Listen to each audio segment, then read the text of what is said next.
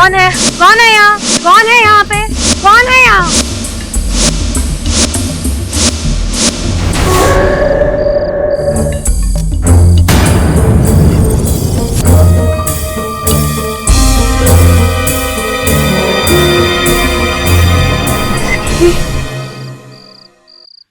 सिकंदर कहाँ है तू?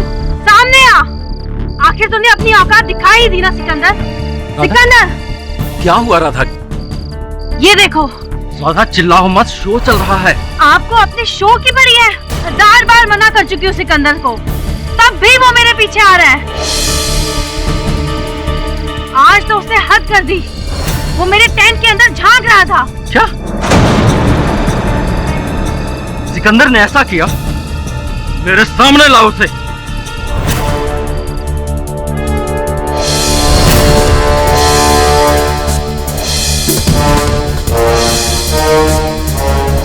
दारू पीकर रोज रोज नौटंकी करता है, अब इसे सबक सिखाना ही होगा। और तो लड़कियों के कमरे में ताक झांक करता है कमीना। अरे झूठ बोल रही है राधा, क्या बोला तूने इनको? हाँ? मैंने जो बोला सही बोला। तूने अभी तक मेरा प्यार देखा है ना, अब देखना तू, मैं बदला लूंगा। मैं तुझे बदला लेने लायक छोड़ूंगा तब तो तू बदला लेगा ना।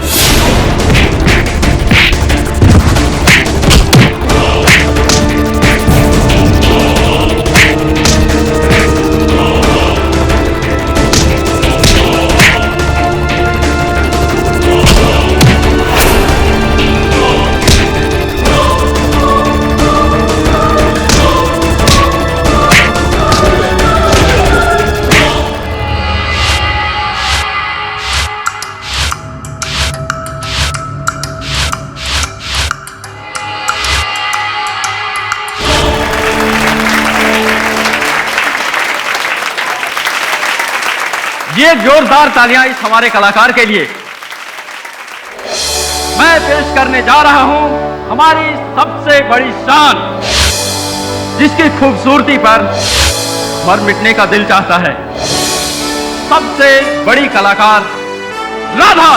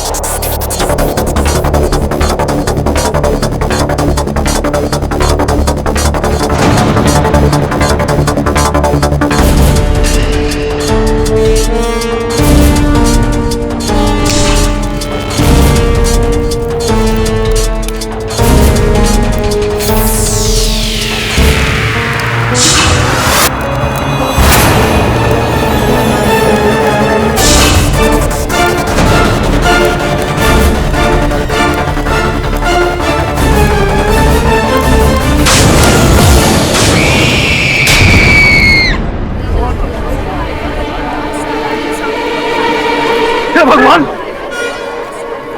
अरे राधा जल गई है, तो एम्बुलेंस को बुलाओ।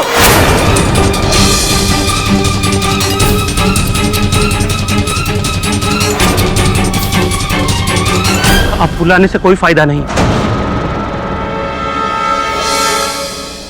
केडी साहब, प्लीज मैं आपके आगे हाथ जोड़ती हूँ, मेरे सिकंदर को बचा लीजिए। अच्छा, आपका सिकंदर? केडी सर, सिकंदर बिल्कुल निर्दोष है, को फंसाया गया है। सर सिर्फ इस बिना पे कि सिकंदर ने राधा को मारने की धमकी दी थी। पुलिस उसको उसका हथियारा समझ रही है। किस कारणवश धमकी दी थी सिकंदर जी ने? सर, क्योंकि राधा ने उस पे झूठा इल्जाम लगाया था कि जब वो तैयार हो रही थी तो सिकंदर झांक रहा था। आज तो उसने हद कर दी।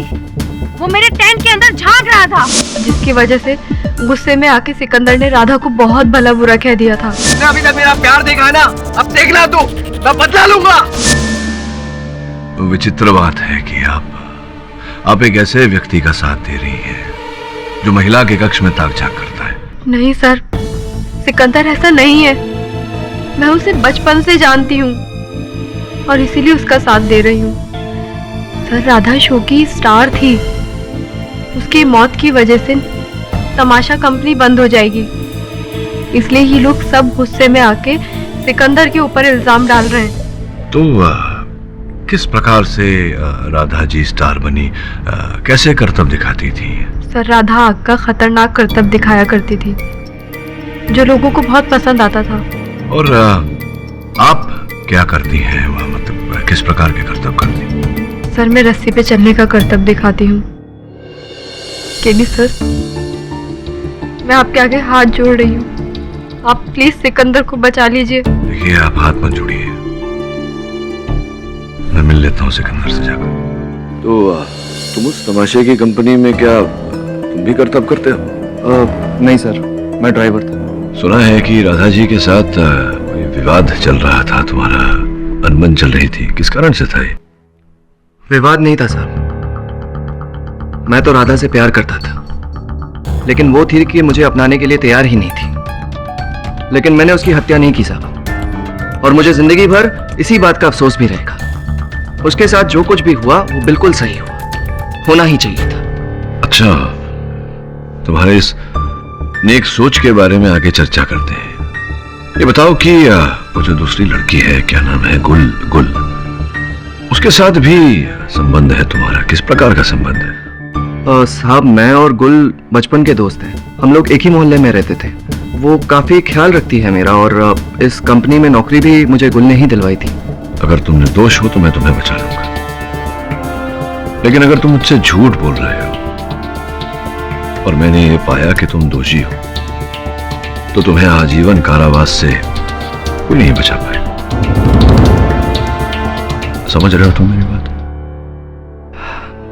जी।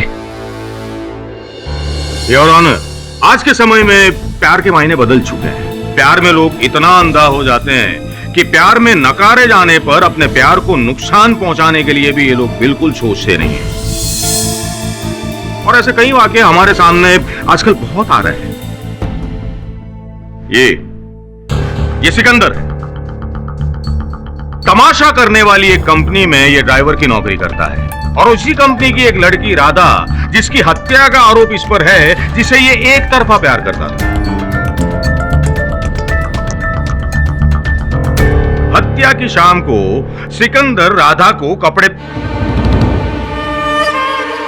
तैयार होते हुए झांक रहा था।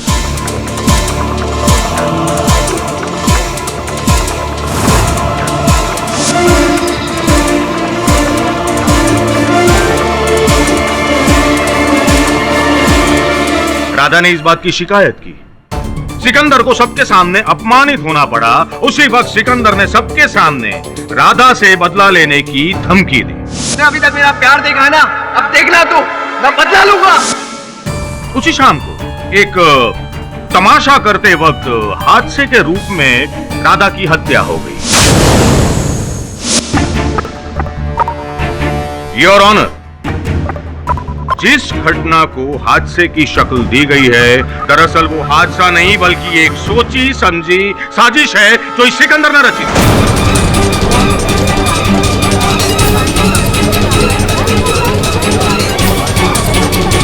Order, order, silence in the court please. भैया सिकंदर, वैसे तुमने राधा को बहुत बार राधा को क्या?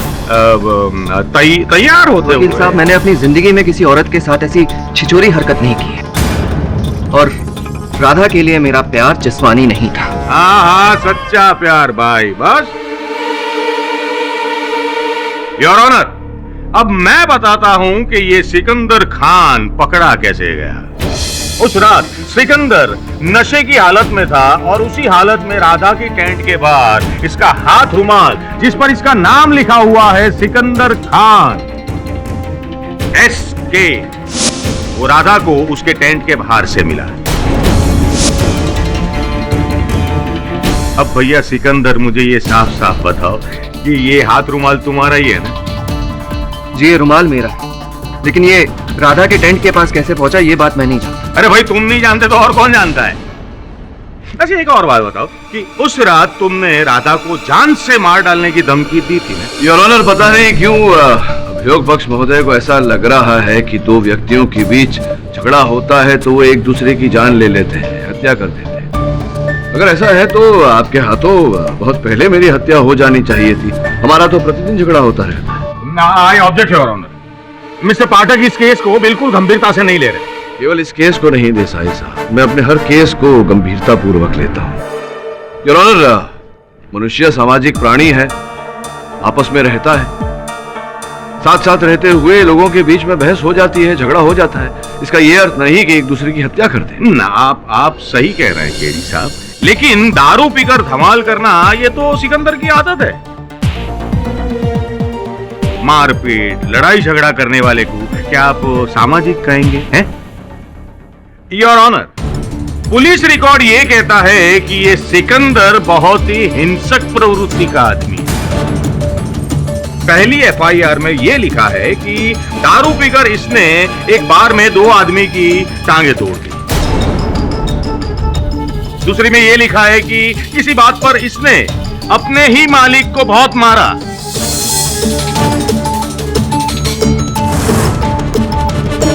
देसाई साहब, मैं मानता हूं कि एक समय पर सिकंदर गुंडा था, लेकिन वो पुरानी बात है। पुरानी कहानी दोहरा के कोई लाभ तो है नहीं। क्या आपके पास कोई ऐसा साक्षी है या साक्ष्य है जिससे यह प्रमाणित हो कि सिकंदर ने हत्या की है या हत्या करने का प्रयास भी किया?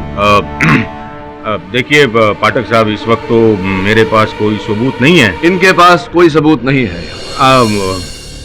नहीं।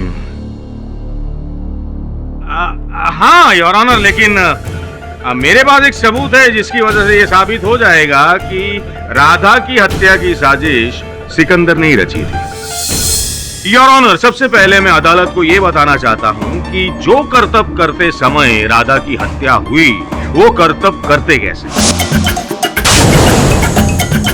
योर ऑनर, अब मैं फॉरेंसिक एक्सपर्ट डॉक्टर रस्तोगी को कटघरे में बुलाने की इजाजत चाहूंगा। डॉक्टर साहब, राधा जिस बोतल से करतब दिखाती थी, क्या सही मायनों में उस बोतल में मिट्टी का तेल था?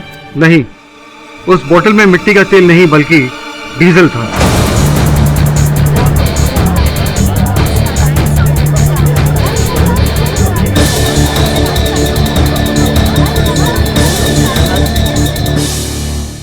अच्छा डॉक्टर साहब, मैंने ये भी सुना है कि डीजल का इस्तेमाल करने से वो जो आग का गोला बनता है वो बहुत बड़ा बन जाता है। जी हाँ, आपकी बात बिल्कुल सही है ना? और ये भी सुना है कि डीजल का उपयोग करने से बहुत बड़ा विस्फोट यानी कि धमाका भी हो सकता है। हाँ, विस्फोट होने की संभावना हो सकती है क्योंकि मिट्टी के तेल से डीजल ज्यादा ज्वलनशील होता है। पर अब सवाल ये उठता है डॉक्टर साहब कि वहां डीजल आया कैसे, क्योंकि जहां पे ये तमाशा शो कर रहे थे वहां से पेट्रोल पंप तो बहुत दूर है। तो योर ऑनर, अब मैं बताता हूं कि डीजल आया कहां से। डीजल उस वैन से आया जिस वैन में पूरी टीम ट्रैवल करती थी और जिस वैन का ड्राइवर सिकंदर था।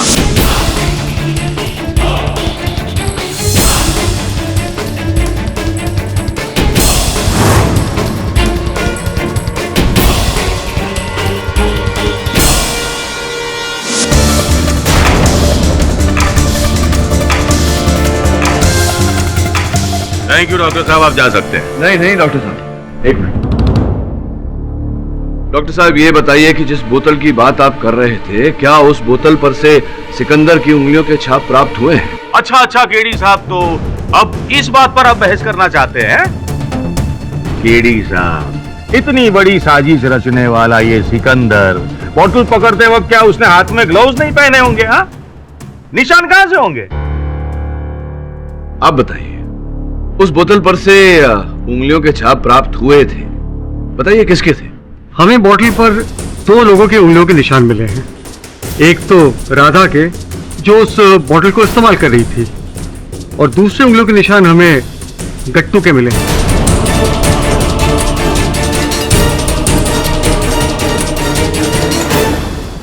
योर ऑनर, गट्टू जो उसी कंपनी में काम करता है जिस करतब को करते समय राधा के साथ ये दुर्घटना घटी, उस करतब से सिकंदर से गट्टू परिचित, उसे मैं कटघरे में बुलाने की अनुमति चाहता। तो गट्टू जी, उस कंपनी में क्या करते हैं आप, क्या काम करते हैं? करतब के दौरान प्रयोग में लाई जाने वाली चीजों की जिम्मेदारी मेरे ऊपर है। अच्छा, तो ये आग का जो करतब था जिसे करते समय राधा के साथ दुर्घटना घटी, उसमें जो सामान उपयोग में लाया जाता है उसकी व्यवस्था भी आप ही करते हैं।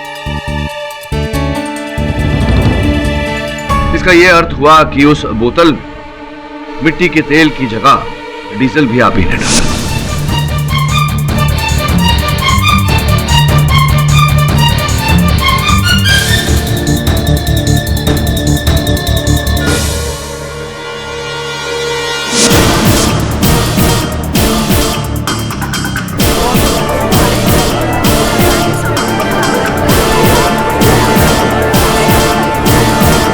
योर ऑनर, अगर राधा की हत्या का कारण उस बोतल में मिट्टी के तेल के स्थान पर डीजल का होना है, तो फिर दोषी गट्टू है योर ऑनर, सिकंदर नहीं।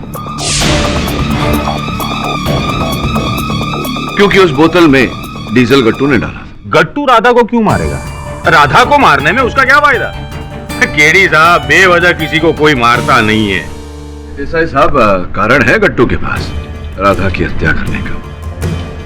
योर ऑनर, वास्तविकता में गट्टू राधा को मारना नहीं चाहता था। राधा के साथ कोई मनमुटाव नहीं था इनका। ये किसी और से बदला लेने के लिए इन्होंने राधा को मोहरा बनाया। हाँ, क्यों गट्टू, सही कह रहा हूं?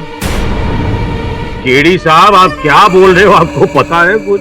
जी जी, मैं जानता हूं मैं क्या कह रहा हूं। मैं ये कह रहा हूं देसाई साहब की हत्या बदला की मंशा से की गई।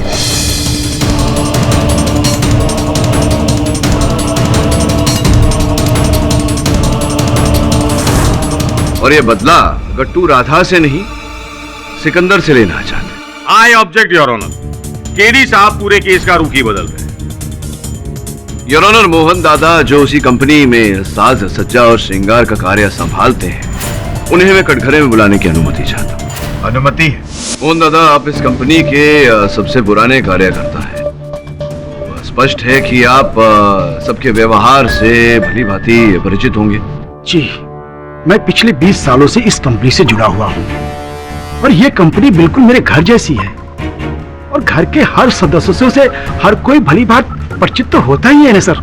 जी जी जी, तो ये बताइए कि गट्टू जी और सिकंदर जी के बीच में जो संबंध था उसके बारे में कुछ बताइए। जी, इन दोनों में काफी दिनों से मनमुटाव चल रहा था और अक्सर किसी न किसी बात पर दोनों में झगड़ा होता ही रहता था।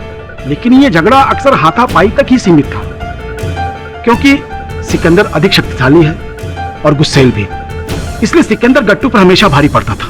तो इन दोनों के बीच अंतिम बार हाथापाई कब हुई थी, याद है आपको, स्मरण है? जिस दिन राधा के साथ ये हादसा हुआ उससे एक दिन पहले सिकंदर और गट्टू में बहुत बुरी तरह से लड़ाई हुई थी। उसमें गट्टू को सिकंदर ने बहुत बुरी तरह से पीट भी दिया था।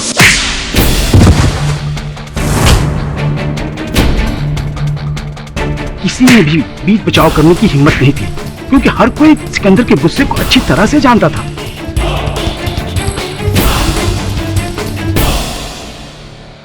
तुम दोनों सुधर जाओ, वरना तुम दोनों को बाहर निकाल दूंगा। तमाशा बना के रखा है। चल। योर ऑनर, गट्टू जानता था कि वो सिकंदर से मुकाबला नहीं कर सकता, इसीलिए उसने सिकंदर को फंसाने के लिए यह षड्यंत्र रचा।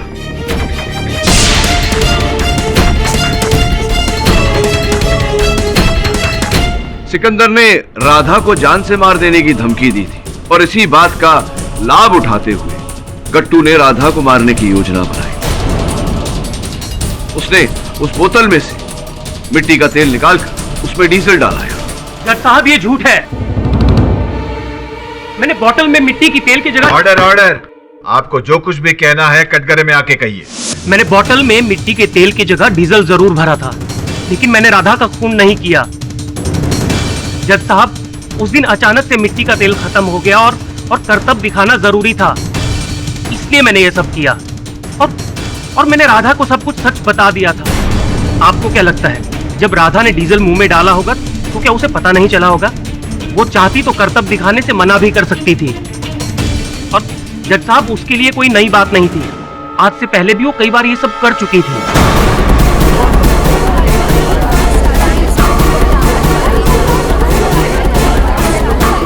Order order, silence in the court please. देखो गट्टू, अब राधा तो तुम्हारी बात का प्रमाण देने के लिए यहाँ आ नहीं सकती। क्या तुम अपनी ही कही हुई बात को सिद्ध कर सकते हो यहाँ अदालत में? है केडी साहब, मैं खुद आपको सबूत दूंगा। क्या क्या मुझे थोड़ा सा डीजल मिल सकता है? मैं खुद आपको ये करतब करके दिखाऊंगा। देखो गट्टू, ये कोई हास्यमय नाटक नहीं चल रहा, बहुत ही गंभीर विषय है। यही करतब करते करते राधा की जान गई है, ये मत भूलना तुम। केडी साहब, अगर आज मैंने आपको सबूत नहीं दिया तो मेरी सारी जिंदगी सलाखों के पीछे कटेगी। आप मुझ पर भरोसा रखिए, कुछ भी नहीं होगा। योर ऑनर, अगर आपकी अनुमति हो तो डीजल का प्रबंध किया जाए।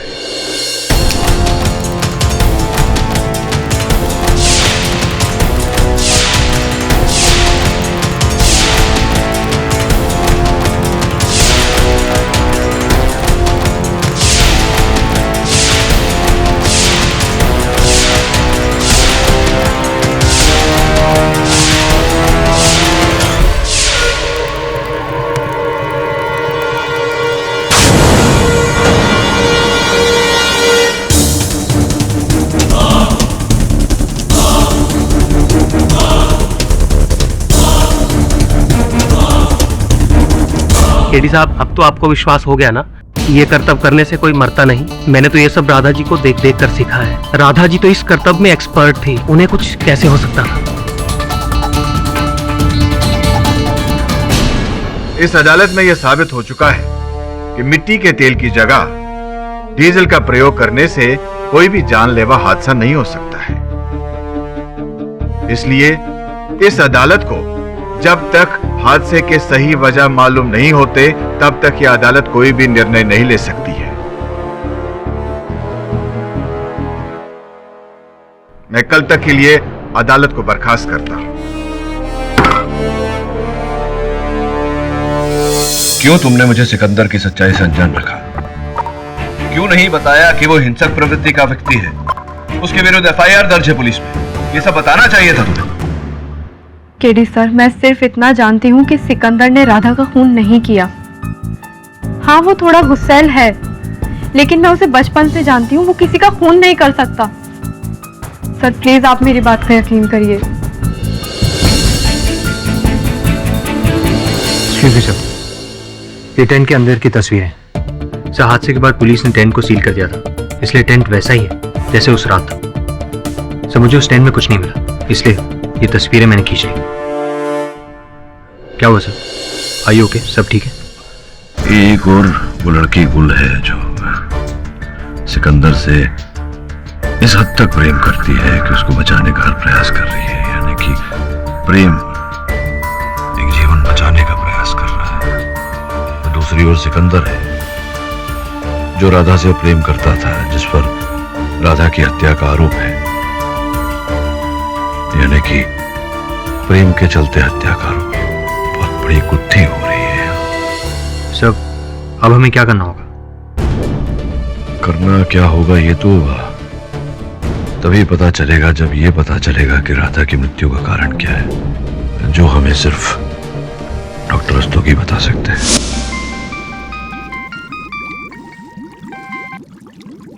डॉक्टर रस्तोगी। केडी पाठक। केडी, दुर्घटना होने के कारण का पता कर पाना इम्पॉसिबल है। राधा के पार्थिव शरीर का अंतिम संस्कार हो चुका है। अब मैं कुछ नहीं कर सकता। वरुण, मैं राधा के माता पिता से मिलना चाहता हूं। केडी साहब, घर की सारी जिम्मेदारियां मेरी बेटी राधा पर थी, इसलिए उसने शादी नहीं की। उसके जाने के बाद तो हम लोग सड़क पर आ गए। केडी साहब, हम इस बच्चे की पढ़ाई का बोझ कौन उठाएगा? केडी साहब, हम बर्बाद हो गए। मैं आपका दुख समझता हूं सर, इसीलिए यहां आया हूं। मैं चाहता था कि जिस व्यक्ति ने आपको इस परिस्थिति में डाला है, जिसने भी राधा की हत्या की है, उसको दंड दिलवाऊं, राधा को न्याय दिलवाऊं। आपने अभी तक राधा जी की अस्थियों का विसर्जन नहीं किया? बस उसी के लिए हम लोग हरिद्वार जाने की तैयारियां कर रहे हैं। सर, क्षमा चाहता हूं, संकोच हो रहा है मुझे भी पूछते हुए। क्या मैं इन अस्थियों को जांच के लिए ले जा सकता हूं? मैं समझता हूं कि आपको विचित्र लग रहा होगा। इसके पीछे कारण यह है कि राधा जी की मृत्यु का कारण अभी तक हम पता नहीं लगा पाए, इसीलिए जांच के लिए ले जाना चाहता हूं। हो सकता है फोरेंसिक से कोई सुराग निकल आए। हमारी बेटी तो चली गई, अब किसी को सजा मिले या ना मिले इससे कुछ फर्क नहीं पड़ता है। इससे हमारी बेटी वापस आने वाली तो नहीं है। पाठक जी, हमें हमारे हाल पे छोड़ दीजिए, हमें कोई न्याय वह नहीं चाहिए। क्या आप राधा के हत्यारे को यूं ही जाने देंगे? जितनी पीड़ा आपको और आपके परिवार को हो रही है, उतनी ही पीड़ा उस व्यक्ति को हो रही है जो निर्दोष है, लेकिन उसे दोषी करार दिया गया है। आरोप लगाया गया है उस पर राधा की हत्या का। क्या सच तक पहुंचने का आप मुझे अवसर नहीं देंगे?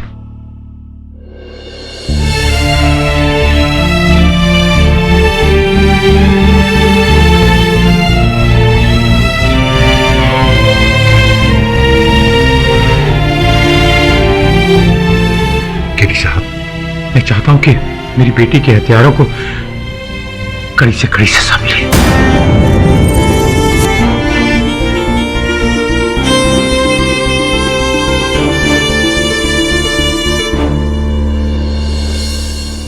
केडी साहब,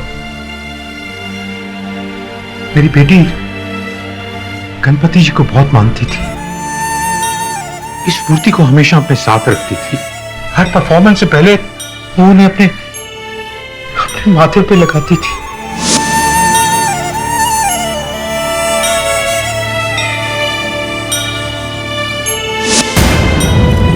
लेकिन गणपति जी भी उससे नहीं बचा पाए।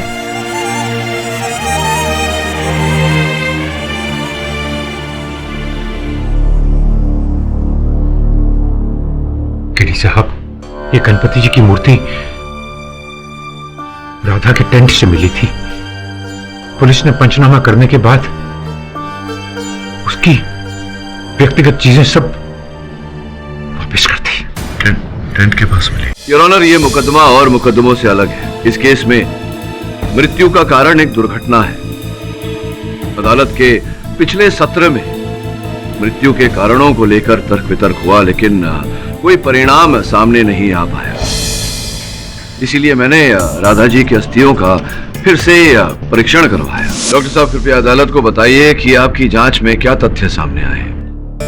राधा के शरीर की फोरेंसिक जांच पहले ही हो गई थी। उसकी अस्थियों पर एडवांस टेस्ट करने पर भी हमें कुछ नहीं मिला। पर हाँ, राधा हमेशा अपने साथ एक गणपति की मूर्ति रखती थी। अपने हर शो से पहले वो उस मूर्ति को अपने माथे से लगाती थी। उस रात दुर्घटना से पहले भी राधा ने ऐसा ही किया था, जिस कारण राधा के चेहरे पर लगा हुआ मेकअप उस मूर्ति पर लग गया। और उस मेकअप की जांच करने के बाद हमें पता चला कि राधा के चेहरे पर FNT नाम का केमिकल था। FNT, ये FNT क्या होता है, जरा स्पष्ट रूप से समझाइए। FNT का प्रयोग आधुनिक विस्फोटों में किया जाता है। यह अत्यंत ज्वलनशील और शक्तिशाली केमिकल है।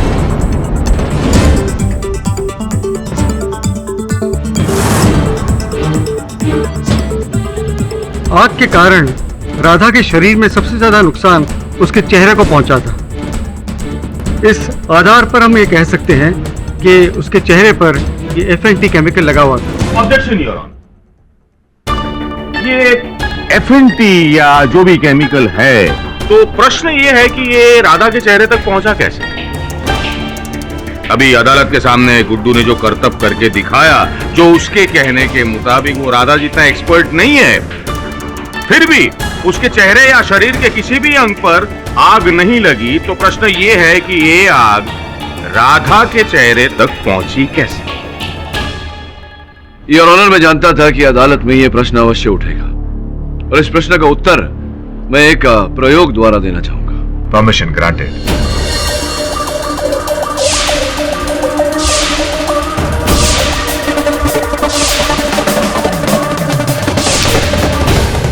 योर ऑनर, अदालत की जानकारी के लिए और रिकॉर्ड्स के लिए मैंने इस पानी में बहुत ही कम मात्रा में FNT मिलाया है, 0.01 microgram.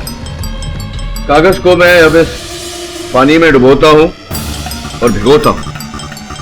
Your honour,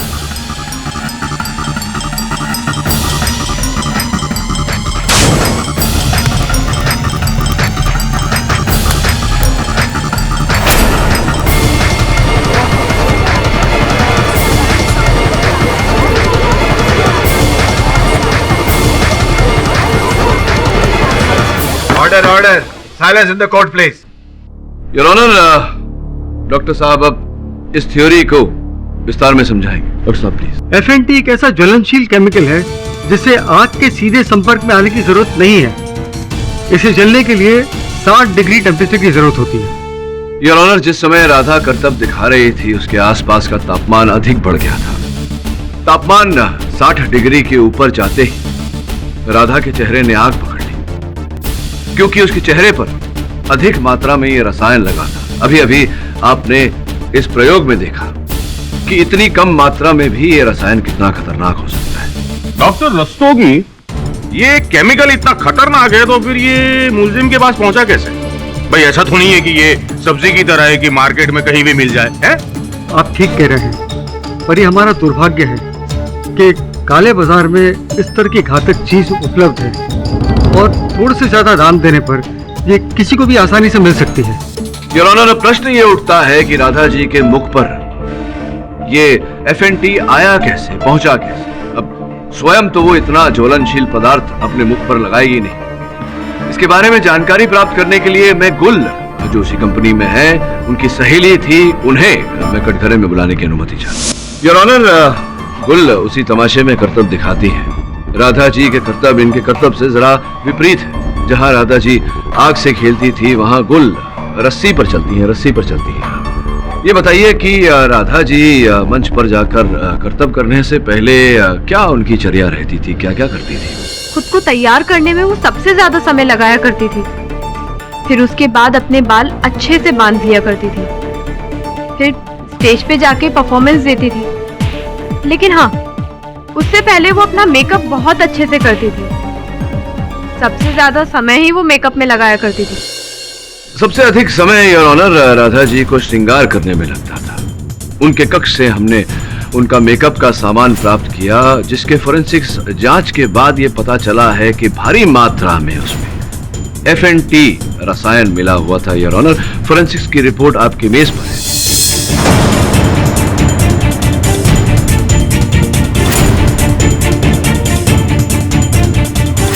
your honour, एक ही व्यक्ति है जो उनके मेकअप में FNT रसायन मिला सकता था।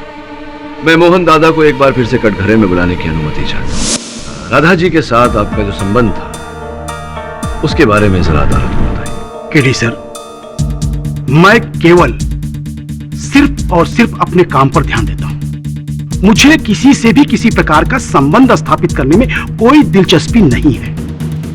मैं पिछले 20 सालों से इस कंपनी में काम कर रहा हूं और इन 20 सालों में इस कंपनी में ना तो कोई मेरा दोस्त है और ना ही कोई मेरा दुश्मन। इस बारे में आप मेरे कंपनी के लोगों से बातचीत कर सकते हैं। हाँ, लेकिन जब आप काम करते हैं दूसरे लोगों के साथ तो काम के विषय में तो वार्तालाप होती है, उनके साथ होती है ना, जैसा कि होना चाहिए बस। तो राधा जी के साथ आपकी क्या वार्तालाप होती थी?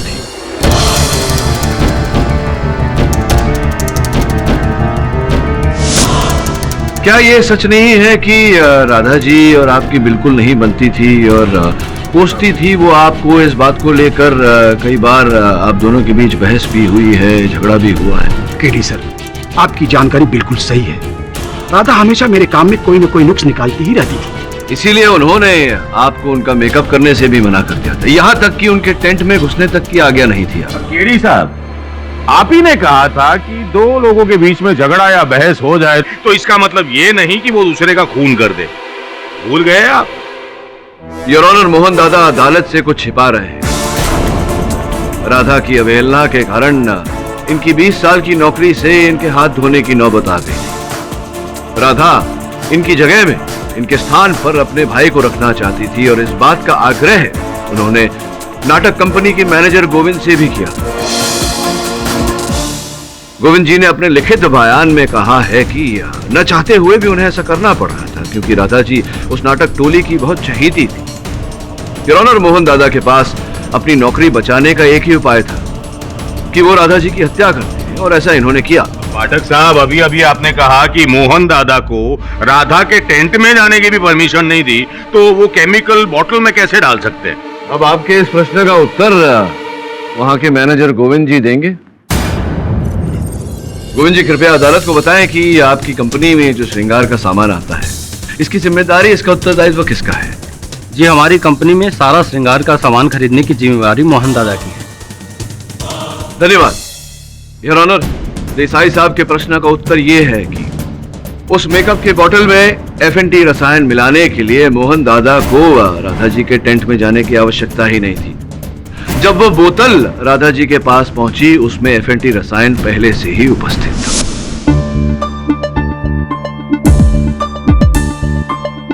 हबीब, ये मेकअप का सामान राधा के टेंट में रख दो। योर ऑनर, मोहन दादा ने अपना काम बहुत ही सफाई से किया, इतनी सफाई से कि हर किसी को लगे कि राधा जी की मृत्यु एक दुर्घटना से हुई।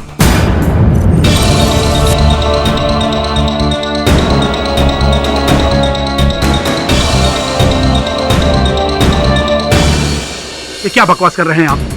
मैंने किसी को नहीं मारा है।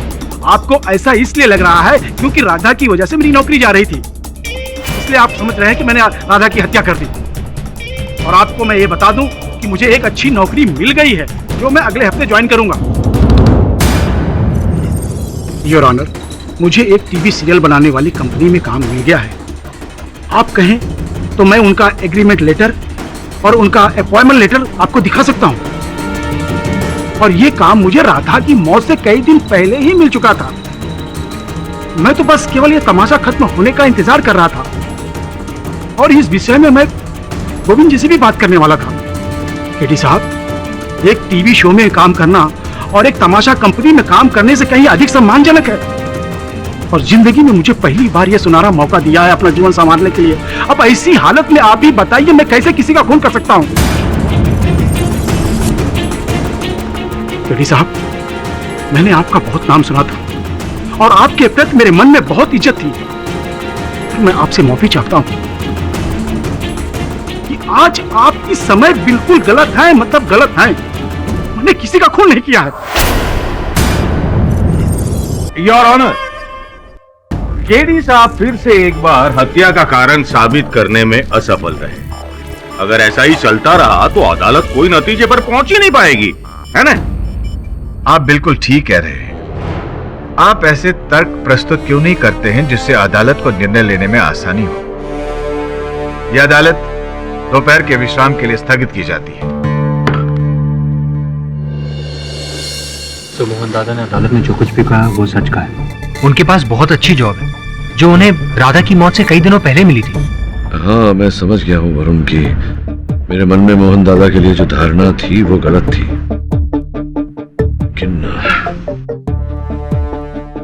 मोहन दादा नहीं है तो कौन है?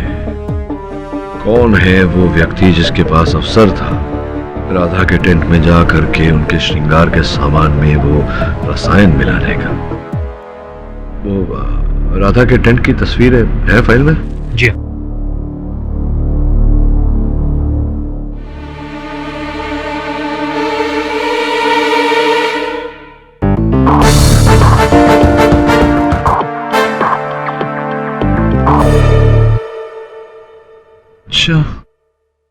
योर ऑनर, ये तो तय है कि राधा जी के श्रृंगार के सामान में वो FNT उसी दिन मिलाया गया था जिस दिन ये दुर्घटना घटी।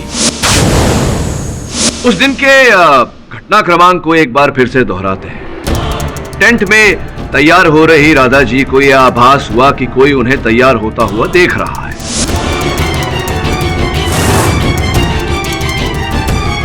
टेंट से बाहर निकलते ही उन्हें सामने पड़ा सिकंदर का रुमाल मिला। सिकंदर बेचारा पकड़ा गया, हाथापाई हुई और सिकंदर ने राधा को जान से मार देने की धमकी दी। इसके पश्चात राधा जी मंच पर चली गई अपना प्रदर्शन करने। जिस समय उनके मुख पर लगे FNT ने आग पकड़ी और इस दुर्घटना में उनकी मृत्यु हो गई। अब प्रश्न यह उठता है योर ऑनर कि उनके मेकअप के सामान में, उनके श्रृंगार के सामान में वो FNT कब और कैसे पहुंचाया गया? हाँ हाँ पाठक साहब, मैं भी जानना चाहूंगा। केवल आप ही के लिए इस प्रश्न का उत्तर दे रहा हूं देसाई साहब। योर ऑनर, राधा जी के श्रृंगार के सामान में FNT तब पहुंचाया गया जब सब राधा जी के टेंट के बाहर थे और बाहर सिकंदर की पिटाई हो रही थी। स्पष्ट है कि अगर बाहर सिकंदर की पिटाई हो रही थी तो सिकंदर टेंट में नहीं जा सकता था। अगर सिकंदर नहीं था और कौन था यार?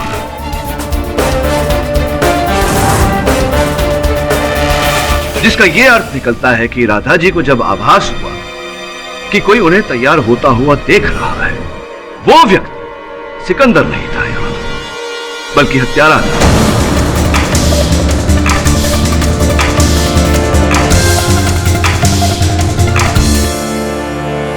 योर ऑनर, वो कौन हो सकता है जिसके पास सिकंदर के रुमाल जैसी व्यक्तिगत चीज रही हो?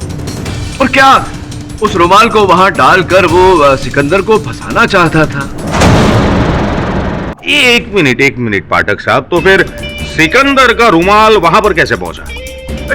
छोड़ा नहीं देसाई साहब, गिर गया था रुमाल, वहां छूट गया था, हड़बड़ाहट। अच्छा, मतलब हत्यारा सिकंदर से प्यार करता था, जो उसका हाथ रुमाल, जिसे आपने व्यक्तिगत वस्तु कहा था, उसको लेकर हत्या का प्रयास करने आया था, है? क्या बात है देसाई साहब, उचित बात कही है आपने। जी नहीं, हत्यारा सिकंदर से प्यार करता था। क्षमा चाहता हूं योर ऑनर, प्यार करती थी। योर ऑनर, एक स्मृति चिन्ह के रूप में, एक सुवेनियर के रूप में हत्यारे ने इनका रुमाल, सिकंदर का रुमाल अपने पास रखा था। योर ऑनर, जिस समय राधा जी अपने टेंट से बाहर आई और शोर मचाना शुरू किया, उसी समय हत्यारा राधा जी के टेंट में गया और उनके श्रृंगार के बोतल में FNT मिलाई। ये कुछ चित्र है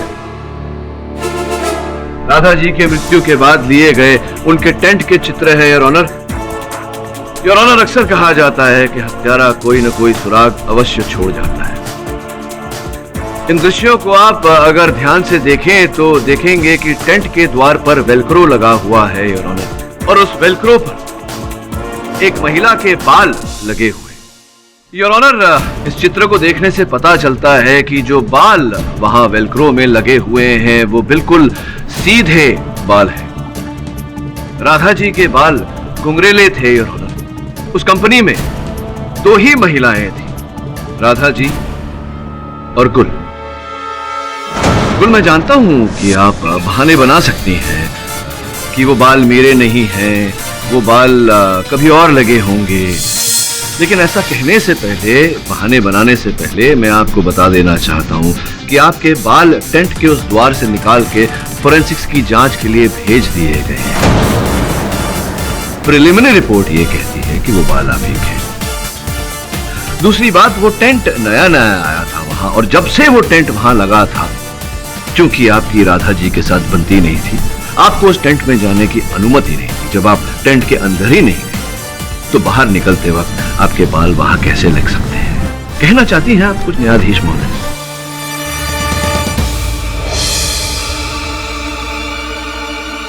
मैं सिकंदर से प्यार करती हूँ, लेकिन ये मेरी तरफ देखता ही नहीं था, क्योंकि ये राधा से प्यार करता था।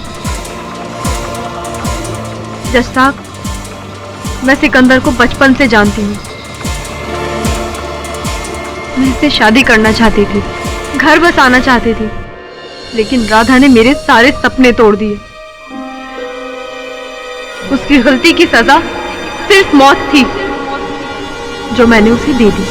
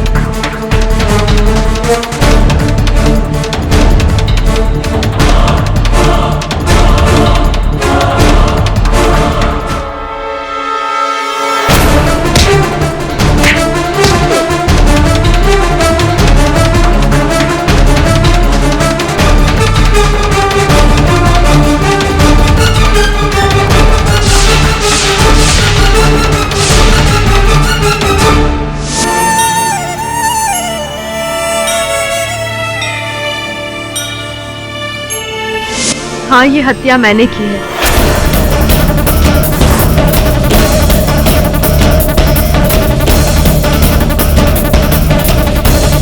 सिकंदर निर्दोष है। The defence, rest your. तमाम गवाहों और सबूतों को मद्देनजर रखते हुए यह अदालत गुल को राधा की हत्या में दोषी पाते हुए उम्र कैद की सजा सुनाती है और सिकंदर को बाइज्जत बरी करती है। Case is closed.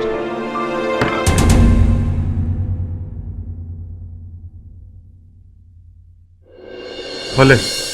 हाँ, लेकिन देसाई साहब, एक ये जो अदालत में वो आग का गोला, करतब और रस्सी पे चलना इत्यादि इत्यादि जो करतब दिखाए गए हैं, ये आप घर पर प्रयोग न करिए। नहीं, क्योंकि ये करतब जो है जानकारों द्वारा की गई है बड़ी सावधानी से। आप भी घर पर इन्हें करने का प्रयोग ना करें।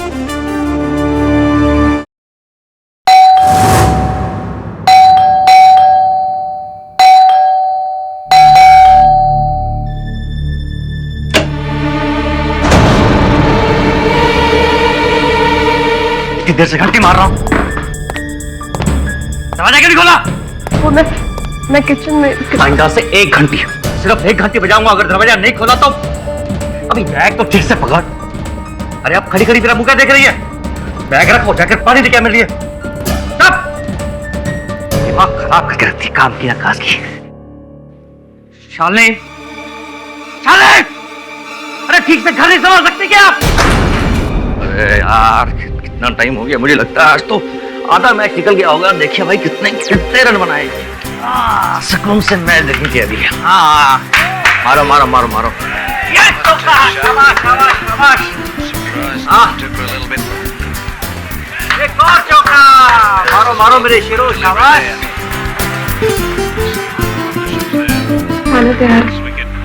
आउट।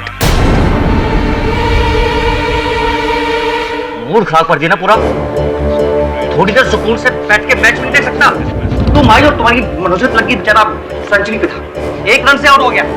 किसी का भला होता नहीं देख सकते तुम?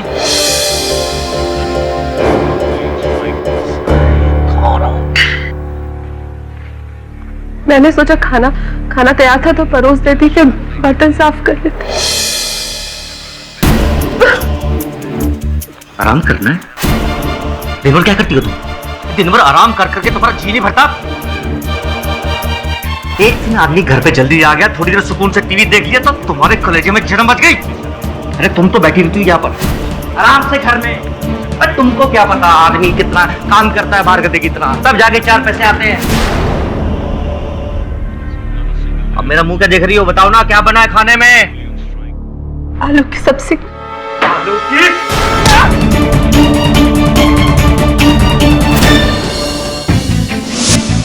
रोना रोना रोना, बस रोना। लगता है आज भी बाहर ही खाना पड़ेगा होटल में जाके। किसी मनोज बीवी मिली, मेरी तो किस्मत फूट गई। अरे नहीं आओ। आई। कब से चेता रहा हूं मैं? पहले हो गया तुम। और ये शर्ट इस्त्री क्यों नहीं है? मैं भूल गई थी, मैं अभी कर देती। भूल गई थी? क्या करना नहीं चाहती? क्या करती हो तुम दिन भर? अपने कौन से यार के सपने देखती हो तुम? तो किस्मत फूट गई जो मैंने तुमसे शादी कर ली। घुस गई थी।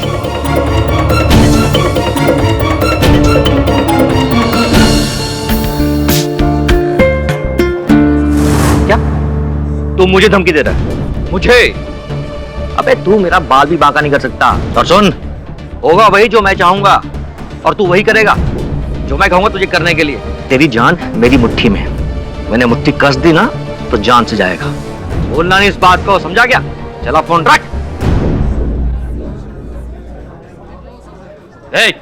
जी सर। आइस क्यों नहीं इसमें आइस क्यों नहीं है? सर अभी लाया सर। अरे झक मारने के लिए खुला है, जब सर्विस नहीं दे सकते। ये लीजिए। सॉरी सर, आपने दूसरा बना।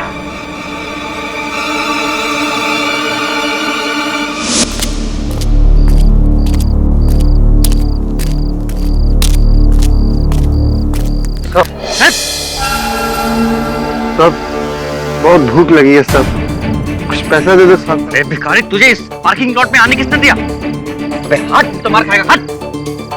भिखारी कहां से चले आते हैं?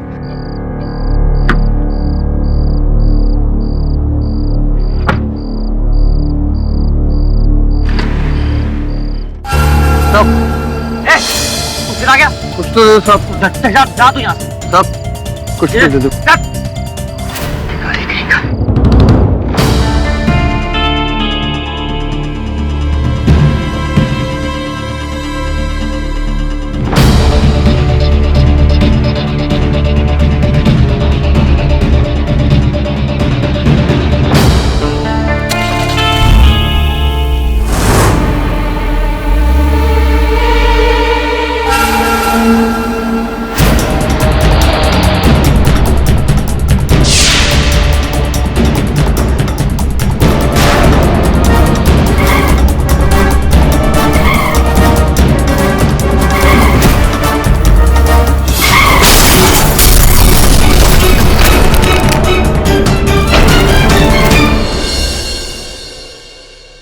सर। अरे आइए आइए वरुण सर, 12 बजे ऑफिस आ रहे हैं, क्या बात है? आपके चेहरे पर 12 क्यों बजा हुआ है? सर मैं आपसे किसी को मिलवाना चाहता हूँ, मेरे स्कूल के मास्टर जी आए। आई सर। नमस्कार नमस्कार। Sir Bhagirath Desai sir, KD sir. आइए बिराजिए ना।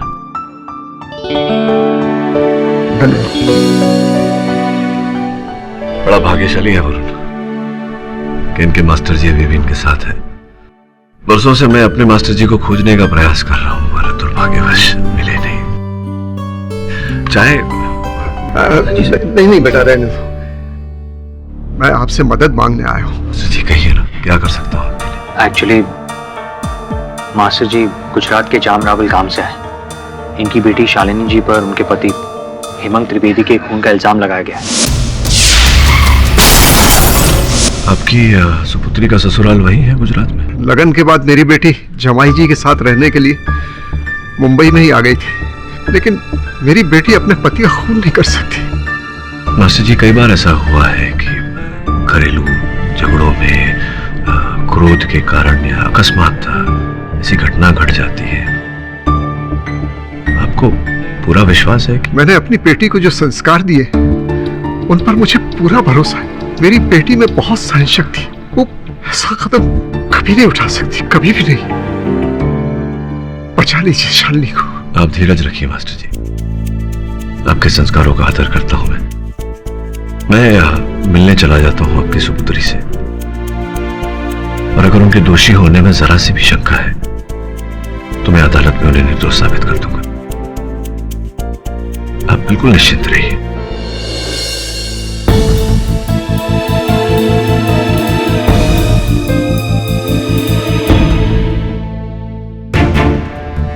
उनके पति हेमंत जी की करतूत है, रोज मारना गाली देना उनका स्वभाव था।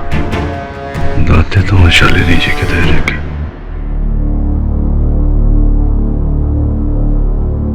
शालिनी दीदी, ये मिस्टर केडी पाठक है, शहर के बहुत बड़े वकील हैं, यही आपका केस लड़ेंगे। मुझे केस के बारे में कोई बात नहीं करनी है। केस के बारे में नहीं है, मैं आपसे बात करनी है। मुझे आपसे कोई बात नहीं करनी है, ना ही मुझे आपको कुछ बताना है। मुझे मेरे हाल पर छोड़ दीजिए, फांसी होती है तो हो जाए।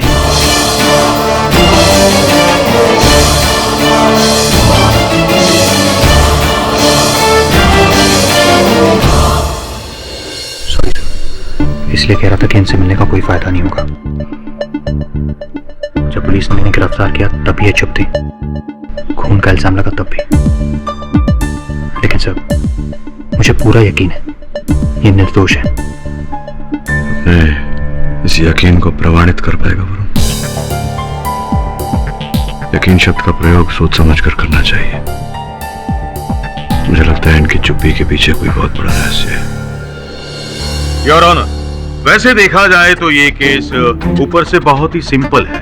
हेमंत त्रिवेदी जो मार्बल और टाइल वगैरह के डीलर थे, वो 23 मार्च की रात को हैप्पी डाइनिंग हॉल के पार्किंग लॉट से अपनी गाड़ी में बैठे और वहां से निकले। रास्ते में उनका एक्सीडेंट हुआ। गाड़ी भी जल गई और उनके साथ हेमांग भी। वहीं पर उनकी मौत हो गई। आसपास खड़े लोगों का कहना यह है कि उन्होंने अपनी कार का संतुलन खो दिया और उनका एक्सीडेंट हो गया, लेकिन बात कुछ और है योर ऑनर। एक्सीडेंट की वजह भी कुछ और है। हाँ, उस बात पर मैं बाद में रोशनी डालूंगा, लेकिन उससे पहले हेमांग का बैकग्राउंड जानना हमारे लिए बहुत जरूरी है और इसके लिए मैं हेमांग की बहन कृपा परमार को कटघरे में बुलाना चाहूंगा। जय श्री कृष्ण बे। जय श्री कृष्ण। हेमांग के बारे में कुछ बताएंगी आप? बहुत अच्छे थे, बहुत ख्याल रखते थे वो मेरा। मैंने तो सुना है कि वो बहुत गुस्सा वाले थे, बहुत गाली गलौज करते थे वगैरह वगैरह। झूठू बोलो छे, झूठ बोल रही है ये। वो बहुत अच्छे थे। उन्होंने मेरी और अवनीश की शादी करवाई। मेरे माता पिता इस शादी के खिलाफ थे, पर भैया ने मुझे और अविनेश को अपने घर रखा। अगर वो ना होते तो मेरी और अविनेश की आज तक शादी ना होती। तो शालिनी जी के साथ उनको प्रॉब्लम क्या थी? प्रॉब्लम भैया को नहीं, इसे थी। मैंने कई बार इससे पूछने की कोशिश की, पर मुझे कभी कुछ नहीं बताया। आप ही पूछ लीजिए, चाहे बता दे आपको। लेकिन इतना बोल सकती हूँ कि गलती इसी की थी। एक मिनट। इतने यकीन के साथ आप कैसे कह सकती? देखिए, भैया रोज शॉप पे चले जाते थे और ये मैडम, इसके तो पैर घर में टिकते ही नहीं थे। कभी शॉपिंग, कभी डॉक्टर, तो कभी कुछ और। किसी ना किसी बहाने ये घर के बाहर ही रहती थी। मुझे तो लगता है कि इसका जरूर किसी ना किसी के साथ चक्कर होगा।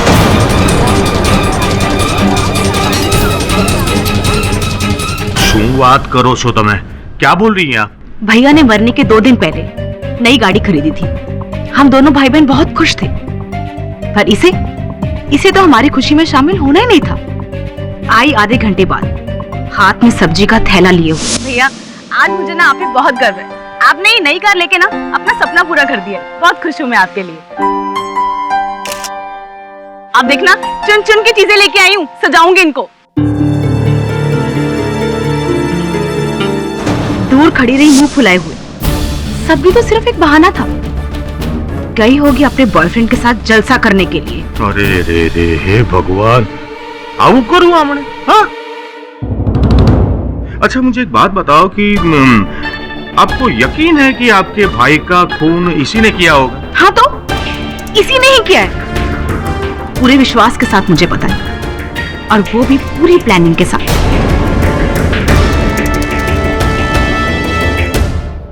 और उनके पास योर ऑनर वजह भी थी, क्योंकि शालिनी जी के अफेयर के बारे में उसके हस्बैंड को पता चल गया था। सो वो उन पर गुस्सा करते थे, उन्हें मारते थे, और शालिनी जी को गुस्सा आ गया और शालिनी जी ने इस इनहेलर में मिथॉक्सिन नाम का जहर मिलाकर उनकी हत्या कर दी। मिलॉर्ड, ये इनहेलर पुलिस को मौका वारदात से मिला और फोरेंसिक रिपोर्ट जो कोर्ट में पेश की गई है उसमें साफ साफ लिखा है कि उनकी मौत मिथॉक्सिन नाम के जहर से हुई है जो इस स्ट्रिप में था, और ये स्ट्रिप इस इनहेलर में डालने का काम शालिनी जी करती थी। हाँ या ना? और मिलॉर्ड, शालिनी जी इस जहर के बारे में अच्छी तरह जानती थी, क्योंकि इन्होंने अहमदाबाद की SK Mangrolia medical college of science से B फार्मा की डिग्री ली है। सही है ये? तो इनको ये जहर के बारे में अच्छी तरह पता था। मिस्टर पाठक, आप गवाह से कुछ पूछना चाहते हो? जी नहीं योर ऑनर, इस समय इनसे कुछ नहीं पूछना चाहता, किंतु अभियोग पक्ष महोदय से एक प्रश्न करना चाहूंगा। कौन सी डिग्री हासिल की है आपने? पाठक साहब की भी बात करो जो। अरे वकील हूं तो फिर वकील की डिग्री तो हासिल की होगी ना। वकालत की, ऑफ कोर्स। तो मान लीजिए कि आपके पड़ोसी के साथ आपकी अनबन हो जाती है, हाथापाई हो जाती है, और उसी रात आपके पड़ोसी की हत्या हो जाती है चाकू घोंपकर। चाकू पर किसी की उंगलियों के निशान नहीं मिलते, तो क्या ये मान लेना उचित होगा कि आपने अपनी वकालत की डिग्री का दुरुपयोग करके अपने पड़ोसी की हत्या की? योर ऑनर, कहने का तात्पर्य ये है कि जो दलील देसाई साहब ने प्रस्तुत की है अदालत में, वो बहुत ही झिरझिरा है और उससे ये प्रमाणित नहीं होता कि ये हत्या मेरे मुवक्किल ने की है। अरे पर मिलॉर्ड, मिथॉक्सिन जहर का इस स्ट्रिप में होना ये काफी नहीं है? नहीं है, काफी नहीं है मिस्टर पाठक। ये मिथॉक्सिन इतना जहरीला पदार्थ है कि 0.5 मिलीग्राम एक आदमी को मारने के लिए काफी है। नहीं, सत्य है, आपकी बात सत्य है। ये बात भी सत्य है कि मेरे मुवक्किल ने अपने पति को वो जहर नहीं खिलाया। योर ऑनर, थोड़ा सा पेचीदा है। माइथॉक्सिन एक ऐसा विष है जिसका सेवन करने से एक अलग प्रकार का रसायन फेफड़ों में पैदा हो जाता है, बच जाता है वहाँ। वही रसायन जो फोरेंसिक्स को मिला हेमांग जी के शरीर में, जिसके कारण वो कह रहे हैं कि उनकी हत्या माइथॉक्सिन से की गई। किंतु हमें ये नहीं भूलना चाहिए योर ऑनर कि वही रसायन अन्य विष का सेवन करने से भी पैदा होता है फेफड़ों में। तो ये पूरी तरह से संभव है कि उनकी हत्या माइथॉक्सिन के कारण न हुई हो, किसी और विष के कारण हुई। मिस्टर पाठक, ये मत भूलिए कि आपके मुवक्किल ने अपना गुनाह कबूल कर लिया है। गुनाह नहीं कबूल किया है। कहाँ कबूल किया? इन्होंने केवल मौन व्रत धारण किया है मिस्टर देसाई। हाँ, क्योंकि वो जानती है कि खून उन्होंने ही किया है। अच्छा, धर्म धुरंधर परम पूज्य मिस्टर देसाई, जय हो आपकी। ये मतलब आपने मेरे मुवक्किल की मन की बात पढ़ ली यूं ही? एक मिनट मिस्टर पाठक, आपको कैसे पता चला कि उसकी मृत्यु 1 घंटे बाद नहीं लेकिन 30 सेकंड में हुई है? अच्छा प्रश्न पूछा आपने। योर ऑनर, देसाई साहब के प्रश्न का उत्तर देने के लिए मैं सर्वप्रथम भिखारी बिरजू को कटघरे में बुलाने की अनुमति चाहता हूँ। अनुमति है? जी साहब, उस दिन अपन पार्किंग लॉट में भीख मांगने को गया था और उधर जो आदमी मरा ना साहब, उससे भी अपन भीख मांगा था। तो आपने पार्किंग लॉट में इन व्यक्ति से, इनसे आपने भिक्षा मांगी और उसी समय आपने फिर उन्हें वो दवा लेते हुए देखी, फुसफुस वाली दवा, और वो गाड़ी लेके निकले। गाड़ी लेके निकलने के बाद कितने समय के पश्चात, कितने समय बाद वो दुर्घटना घटी उनके साथ?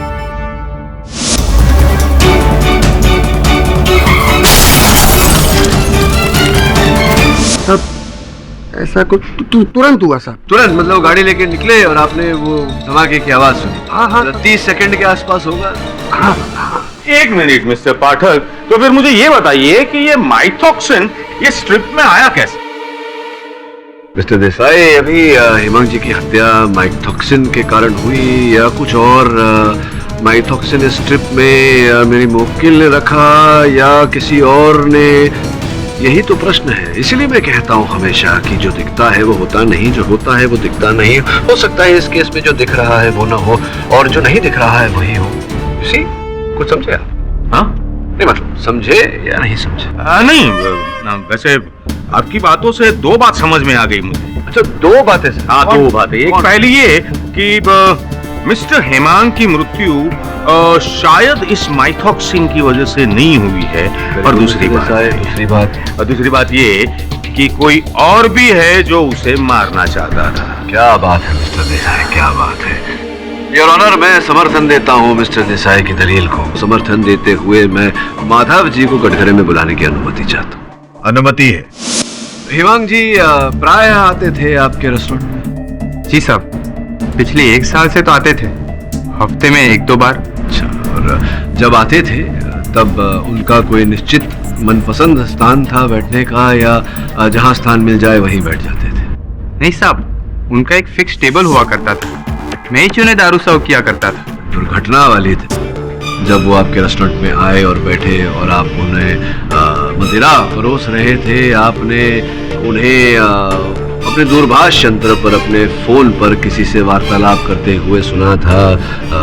बड़े क्रोध में, गुस्से में थे वो, किसी से बात कर रहे थे। नहीं देखिए, केवल आपने नहीं, आपके अतिरिक्त कई लोगों ने वहां उन्हें देखा था क्रोध में बात करते हुए किसी के साथ। तो बेझिझक बताइए अदालत को, कैसा हुआ था या नहीं? हेमांग साहब किसी से फोन पर झगड़ा कर रहे थे। अच्छा। गुस्से में गाली भी दे रहे थे, यहाँ तक कि उन्होंने मारने की भी धमकी दी थी। तो जान से मार देने की धमकी भी दी थी? किसे धमकी दे रहे थे वो जान से मार देने की? आप उनको कैसे पता चलेगा साहब? अभी देखिए, मुझे पता चल चुका है।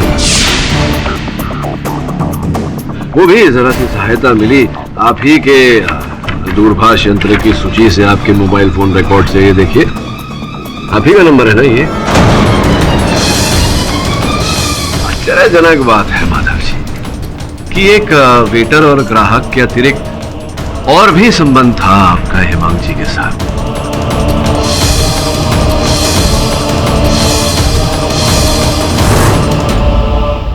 योर ऑनर, हेमांग जी और माधव जी एक ही नंबर पे एक ही व्यक्ति के साथ वार्तालाप करते थे। सोचने वाली बात यह है कि 1 वर्ष पूर्व से हेमांग जी इस नंबर पे वार्तालाप करते थे और कुछ 15 दिन पहले से ही माधव जी उस नंबर पे वार्तालाप करने लगे। जिस व्यक्ति का ये नंबर है your honour mister Ranjan Prasad ji, वो इस समय यहाँ उपस्थित है। मैं अनुरोध करूंगा अदालत से कि उन्हें अदालत के अंदर बुलाया जाए। इजाजत है। रंजन जी कृपया अदालत को बताएं कि अपने व्यवसाय के बारे में क्या करते हैं आप? जी, मैं एक बिल्डर हूँ, टार्स और ऑफिसेस बनाता हूँ। सुना है कि आप सरकार से सरकारी भवन बनाने का ठेका लेते हैं, क्या सही सुना है? जी। स्वर्गवासी हेमांग जी के साथ फोन पर वार्तालाप तो होती ही थी आपकी, उसके अतिरिक्त भी प्रत्यक्ष भी मिलना चलता था आपका। हाँ, तो जाहिर सी बात है, मैं एक बिल्डर, वो टाइल्स और मार्बल का डीलर, बिजनेस रिलेशन थे हमारे। तो बस ये कि जो व्यवसायिक संबंध आप कह रहे हैं केवल व्यवसायिक संबंध थे, मेरे पास कुछ और ही सूचना है।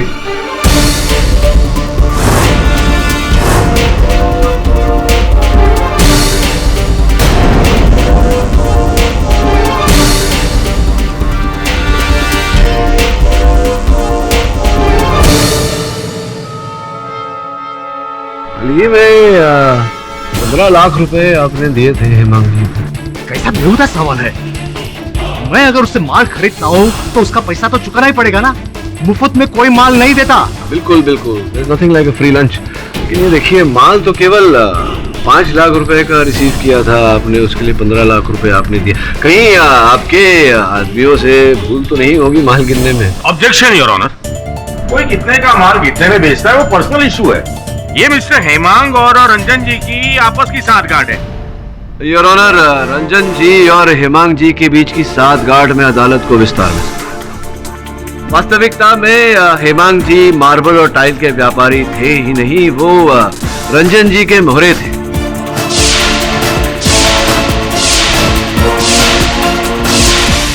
जो माल हेमांग जी इन्हें कौड़ियों के दाम सस्ते में दिलाते थे, वही माल, उसी माल का कई गुना मूल्य बढ़ाकर रंजन जी सरकार को बेचते थे और जो मुनाफा होता था ये दोनों आपस में बांट लेते थे। ये कई वर्षों तक बिना किसी विक्षेप के ये कार्य चलता रहा। फिर अचानक कुछ महीनों पहले दोनों के बीच मनमुटाव हुआ, बात मारने मरने तक पहुंच गई। क्यों रंजन जी, मैं सही कह रहा हूं या मैं सही कह रहा हूं? जी, ऐसी कोई बात नहीं थी। अब धंधे में ऐसे छोटे मोटे मनमुटाव तो होते ही रहते हैं। अब इसका मतलब ये नहीं कि हेमांग को मैंने मारा है। इसका मतलब ये थोड़ी है कि जान की धमकी दे दे किसी को। नहीं छोड़िए ना, छोड़ी बात। ये बताइए, ये जो माधव है, हैप्पी डाइन रेस्टोरेंट का जो वेटर है, उनके साथ बड़ी घनिष्ठ मित्रता हो गई आपकी? मतलब वार्तालाप होती रहती थी आप दोनों के बीच, क्या कारण था? किस बारे में वार्तालाप होती थी? अब वो मैं एक बार हैप्पी डाइन रेस्टोरेंट में गया था, तो वेटर माधव मेरे पास आया और कहने लगा कि वो वेटर की नौकरी छोड़ना चाहता है। कोई अच्छी नौकरी तो मैं उससे बताऊं, इसलिए मैंने मेरा फोन नंबर उसे दिया। आपने केवल उसे नौकरी नहीं दिलाई, आपने उसे ये एक मिनट में देख लूं जरा, 5 लाख रुपए भी दिया आपने। 5 लाख रुपए, क्या बात है। मतलब इतना उपकार आपका एक वेटर पे, आपने न केवल उसे नौकरी ढूंढ के दी, आपने 5 लाख रुपए उसके अकाउंट में ट्रांसफर भी किए। क्यों?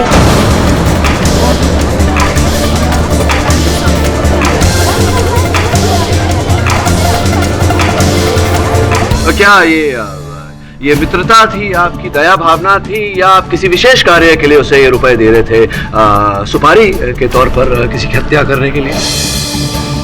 बोलिए ना। जी हाँ, मैंने वेटर माधव को सुपारी दी थी हेमांग को मारने के लिए।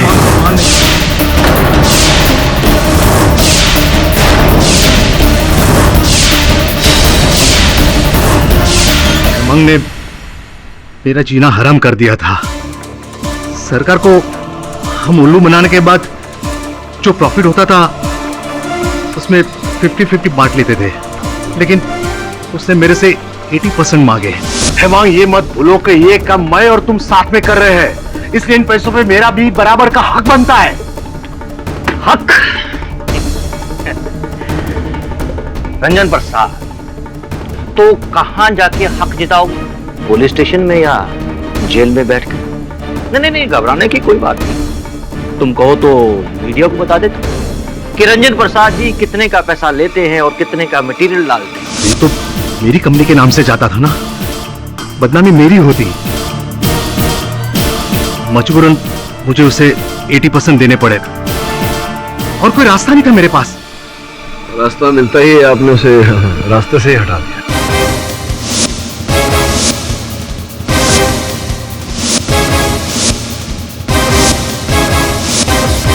बोलिए ना, आप तो सत्य बोलिए। जी हाँ, मैं जानता था कि हेमांग अक्सर हैप्पी डाइन रेस्टोरेंट में जाता था और ये माधव वेटर ही उसे ड्रिंक सर्व करता था। इसलिए माधव को पैसे देकर मैंने उसके ड्रिंक्स में जहर डालने के लिए मना लिया। मैंने हेमांग साहब को नहीं मारा सर, वो तो 5 लाख की लालच में मैंने रंजन साहब से झूठ बोला था।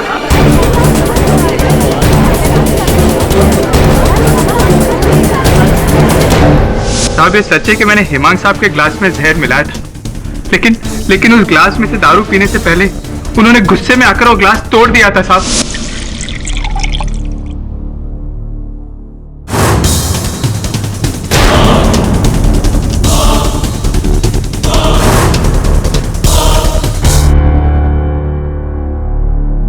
बेटा। जी सर। इसमें आइस क्यों नहीं है? अब सर अभी ला ये लीजिए सर। सॉरी सर, अपनी दूसरा बनाता। माँ कसम मैं सच कह रहा हूँ, वहां पे जितने भी लोग थे आप उनसे पूछ सकते हैं। अब मेरे मैनेजर साहब जिन्होंने मुझे डांटा था, आप उनसे भी पूछ लीजिए, मैं बेगुनाह हूं साहब। मिलॉर्ड, माधव ने तो अपनी बेगुनाही साबित कर ली, लेकिन बचाव पक्ष अभी तक अपनी मुवक्किल को बेगुनाह साबित नहीं कर पाया।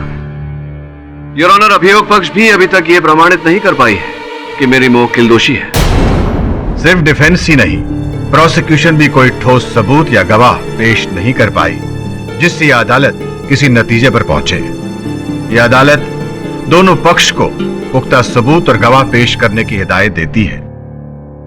तब तक के लिए यह अदालत स्थगित की जाती है। The court is adjourn. बोले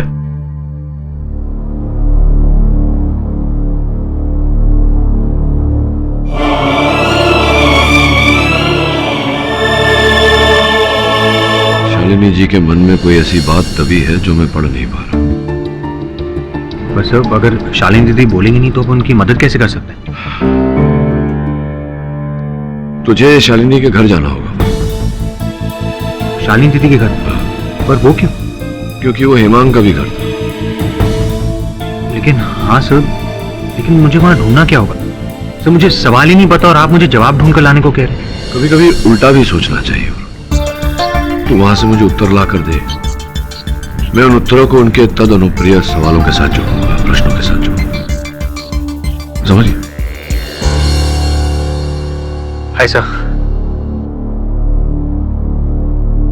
क्या ले आए? सर कौन सी चीज इंपॉर्टेंट है कौन सी नहीं कुछ समझ में नहीं आ रहा था, इसलिए सब कुछ ले आया। हत्या किसने की, कैसे की गई और क्यों की गई? अगर इन वस्तुओं में से एक भी प्रश्न का उत्तर मिल गया तो इस केस की अगली कड़ी तक पहुंच जाएंगे।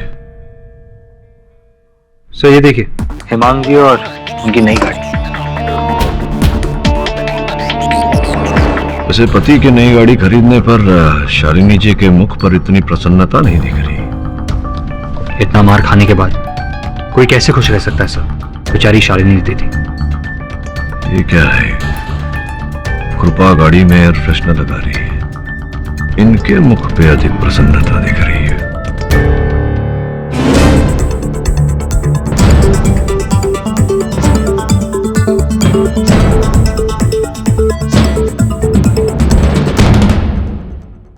जितनी भोली तेरी शालिनी दीदी लगती है वरुण, उतनी है नहीं। बहुत बड़ी भूल हो गई मुझसे, जो एक अपराधी को बचाने का प्रयास कर रहा था। आप समझ गई होंगी मैं क्या कहना चाहता हूं। दवा का ये पैकेट आप ही के घर से मिला। टिक्सोटिकिन, जो रोगियों को हाई ब्लड प्रेशर अर्थात खून का दबाव अधिक होने के लिए दिया जाता है। बाकी रोगियों की तरह आपके पति हेमांग भी आधी दवाई खाते थे रोजाना, आधी अभी भी इस पत्ते में रखी हुई है। जांच करने पर पता चला कि यह दवा टिक्सोटिकिन नहीं, रैपिड्रिन है। रैपिड्रिन वो दवा जो रोगियों को दिया जाता है जिनके शरीर में लहू का प्रभाव धीमा होता है, लो ब्लड प्रेशर। आप जानती थी कि अगर हेमांग जी ये दवा खाएंगे तो उनका ब्लड प्रेशर और भी बढ़ जाएगा और ये उनके लिए घातक साबित हो सकता है, मौत हो सकती है उनकी। ऐसा ही हुआ। आपकी सहन शक्ति चरम सीमा तक पहुंच गई थी, इसीलिए आपने अपने पति को मारने की योजना बनाई। आप अपराधी हैं शालिनी जी, और आपको अपने अपराध का दंड अवश्य मिलेगा। चल वरुण। मैं अपराधी नहीं हूं और ना ही मुझे मौत का डर है। शादी के बाद 1 साल से मैंने हर पल मर मर कर जिया है। जिस रात हेमांग की मौत हुई उस दोपहर भी उसने मुझे बहुत मारा, बहुत पीटा, बहुत गालियां दी मुझे और मेरे बापू को, मेरी मरी हुई माँ को। उनका क्या कसूर था? सही कह रहे हैं आप, बात सच में सहन शक्ति से बाहर पहुंच गई थी। और मुझे मुक्ति चाहिए थी। तलाक लेती तो गांव में बापू की बदनामी होती, तो ये रास्ता बचा था मेरे पास।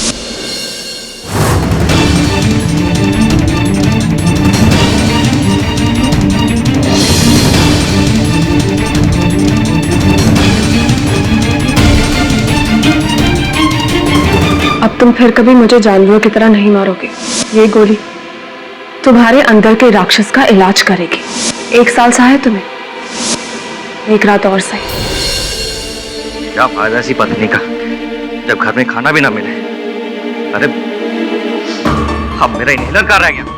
अरे पनवती, मेरा इनहेलर लेके आओ। पता चला इसके चक्कर में होटल भी बंद हो गई, खाने को ना मिला कुछ। जल्दी आओ ना। अब दवाई है ना इसमें? मनहूस कहेंगे।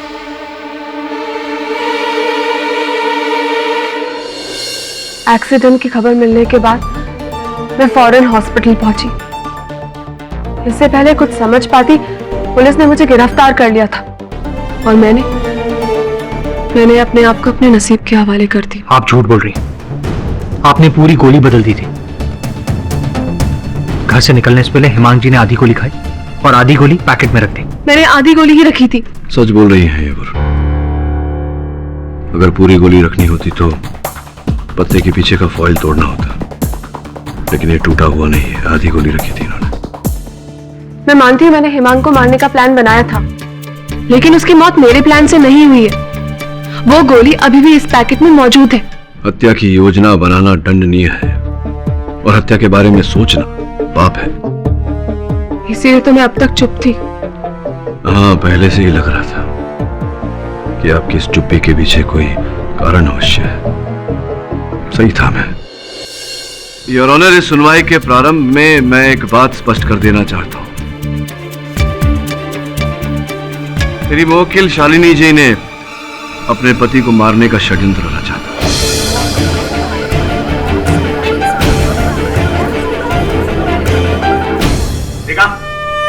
देखा योर ऑनर? हाँ, मैं तो कीधु तो हरी ज्ञान है केडी बापू। ऐसा मैंने केवल इतना कहा है कि शालिनी जी ने अपने पति को मारने की योजना बनाई थी, ये नहीं कहा कि इन्होंने अपने पति की हत्या की है। केडी साहब, जब योजना बनाई तभी तो खून हुआ ना? जी नहीं, अंतर है। हत्या किसी और ने की है। मिस्टर पाठक, साफ साफ कहिए। योर ऑनर, शालिनी जी के पति इन पर शारीरिक और मानसिक अत्याचार कर रहे थे। जब इनकी सहन शक्ति टूटी तो इन्होंने अपने पति को मारने की योजना बनाई। जो दवा की गोली प्रतिदिन हेमांग जी खाते थे अपने रक्त के बहाव को धीमा करने के लिए, उसके स्थान पर अलग गोली रखकर ये उन्हें मारना चाहते थे। लेकिन वास्तविकता ये है योर ऑनर कि उस गोली के कारण उनके पति की मृत्यु नहीं हुई। पापी हत्यारन, तू मेरे भाई को मारना चाहती थी, तुझे तो जलती आग में धकेल देना चाहिए। ऑर्डर ऑर्डर, बैठ जाइए आप। योर ऑनर, शालिनी जी निर्दोष हैं ये साबित करने के लिए, प्रमाणित करने के लिए मेरे पास साक्षी भी हैं और साक्ष्य भी। मिस्टर पाठक, आप जानते हो खूनी कौन है? जी योर ऑनर, मैं भी जानता हूं और शालिनी जी भी जानती हैं।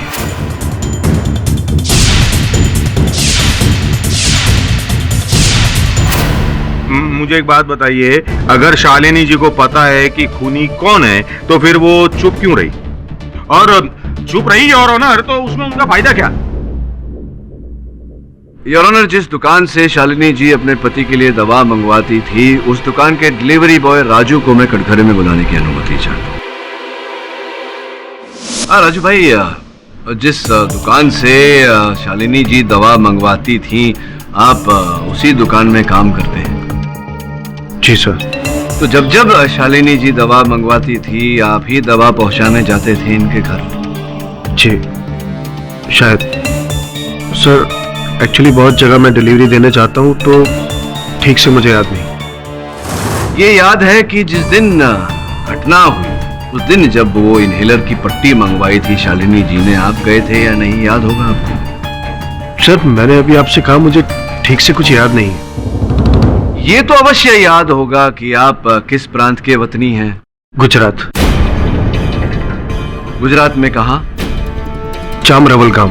जामरावल गांव, अरे अद्भुत बात है, शालिनी जी भी वहीं की है।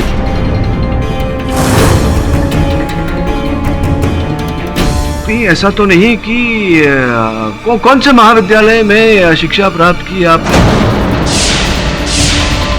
Sir S K Mangrolia college of medical science. S K Mangrolia college of medical science, जहां से शालिनी जी ने भी शिक्षा प्राप्त की। कहीं ऐसा तो नहीं कि आप दोनों एक ही वर्ग में थे? कहीं ऐसा तो नहीं राजू भाई कि आपने 2 साल पश्चात ही पढ़ाई छोड़ दी हो और उसी महाविद्यालय से शालिनी जी ने अपनी डिग्री प्राप्त की हो? क्या सत्य है? आप कहना क्या चाहते हो मिस्टर पाठक? अदालत को ये बताना चाहता हूँ योर ऑनर कि राजू जी और शालिनी जी एक ही प्रांत के हैं, दोनों एक ही विद्यालय में एक साथ पढ़ते थे, एक ही वर्ग में। दोनों के बीच में प्रेम प्रकरण चल रहा था, किंतु शालिनी जी के परिवार को यह संबंध स्वीकार नहीं था।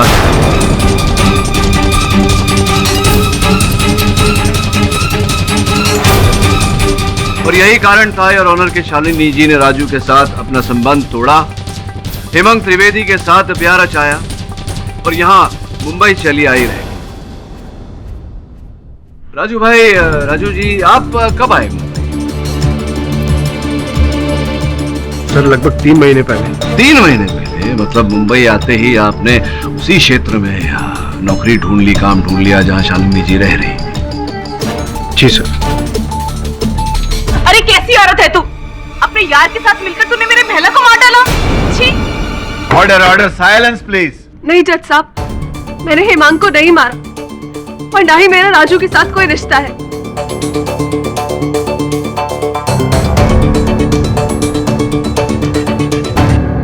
जब राजू पहली बार मेरे घर आया था तब भी मैंने उसे यही कहा था कि अब उसका और मेरा कोई रिश्ता नहीं और वो यहाँ से चला जाए।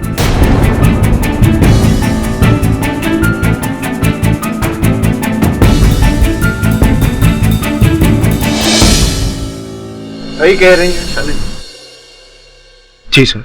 इन्होंने आपको कहा कि आप इनसे दूर रहें, पर आप माने नहीं बात को। जिस दिन शालिनी जी ने आपकी दवा की दुकान से वो पट्टी मंगवाई थी, आपने ऐसी पट्टी बनवाई जिसमें मिथॉक्सिन जहर मिला हुआ था और वही पट्टी आपने जाके इन्हें दी ताकि इनकी पति की मृत्यु हो जाए। सर शालिनी की हालत मुझसे देखी नहीं गई, मुझे हेमांग पर गुस्सा आ रहा था सर। शालिनी की हालत मुझसे देखी नहीं गई, मुझे हेमांग पर गुस्सा आ रहा था सर।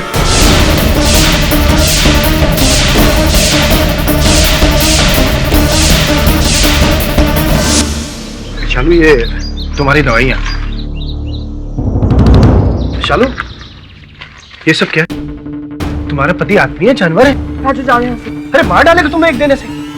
तुम चलो मेरे साथ, चलो चलो ना। देखो मेरी बात सुनो, मैं प्यार करता हूँ तुमसे, तुम भी मुझसे प्यार करती हो ना? राजू तुम जाओ यहाँ से।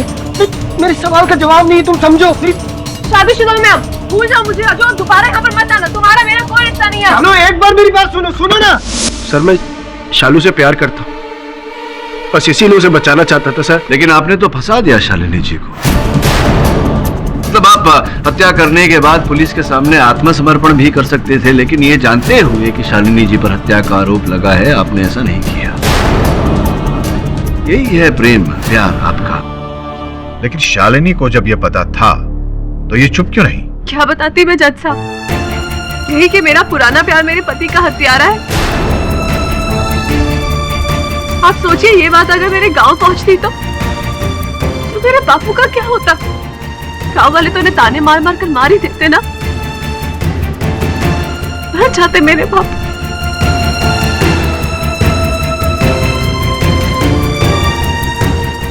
मर जाते वो। सर मुझसे गलती हुई है, मैं मानता हूं। योर ऑनर, राजू अदालत में अपनी भूल मान चुका है और मैं राजू की बात से सहमत हूं कि यह हत्या उसने नहीं की, क्योंकि हेमांग जी की मृत्यु मिथॉक्सिन विष के कारण नहीं हुई है। ये शुवलिया तो फिर किसकी वजह से हुई है? किसने मारा है उन्हें?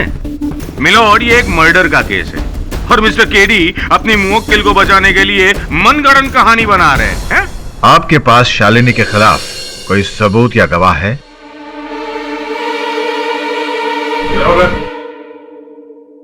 अदालत की पिछली सुनवाई के बाद हमने कार की फॉरेंसिक जांच करवाई, जो कि पहले नहीं करवाई गई। जांच के दौरान कार में एक अलग किस्म का जहर पाया गया। ये रही उसकी रिपोर्ट।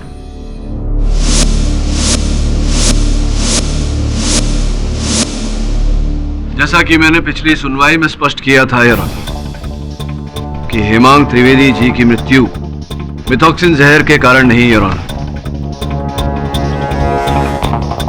बेस्टोसाइड नामक जहर के कारण हुई है। वो जहर जो केवल 30 सेकंड में अपना काम कर जाती है।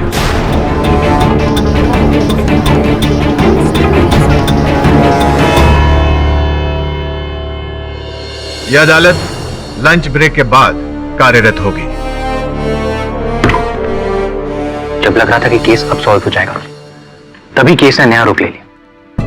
30 सेकंड में मौत हो जाए, ऐसा बेस्टोसाइड जहर हेमांग जी के शरीर में पहुंचा कैसे? 30 सेकंड उल्टी दिशा में सोचते हैं। ये बता कि मृत्यु से 30 सेकंड पहले हेमांग जी क्या कर रहे थे, कहां थे? अपनी कार में नहीं, शायद कार पार्किंग लॉस में थे।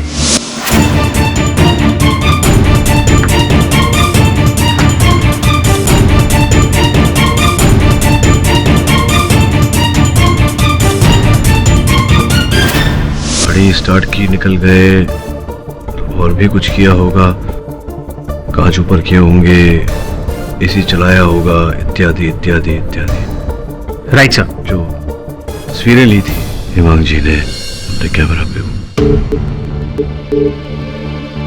ये थी जो हेमांग जी के कैमरा से ली गई थी? जी हाँ सर।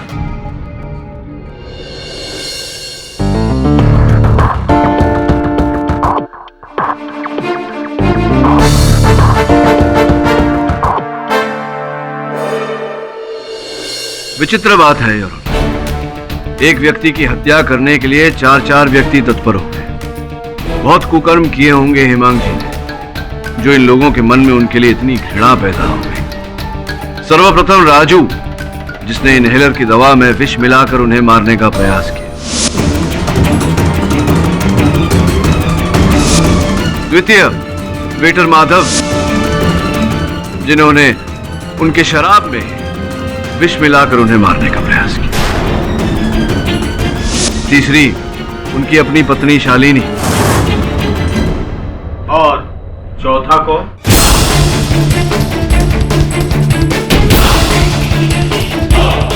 और चौथा को?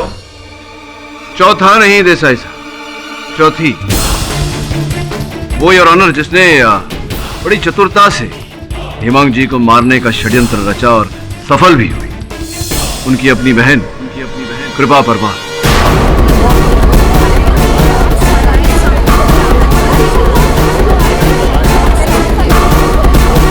Order order, silence in the court please. मुझे क्यों? मैंने क्या किया है? ये बताइए कृपा जी कि आपके भाई साहब ने जब नई गाड़ी खरीदी आप बधाई देने गई थी। हाँ तो यूं ही गई थी खाली हाथ या भेंट इत्यादि उपहार इत्यादि लेकर गई थी? सॉफ्ट टॉयज दिए थे गिफ्ट में। आप देखना चुन चुन की चीजें लेके आई हूँ, सब सजा देती हूँ। सॉफ्ट टॉयज और तकिए भी दिए थे, हालांकि दो तकिए दिए थे। दो तकिए दिए जी। और क्या? और कुछ भी नहीं? नहीं, याद कीजिए, याद आएगा। वो एयर फ्रेशनर। हाँ, वो आपके भाई साहब नई गाड़ी खरीदने की खुशी में उस दिन चित्र खींच रहे थे सबका। जी दिया था। और एक चित्र में आप वो एयर फ्रेशनर गाड़ी की एसी में लगाती हुई दिखाई दी।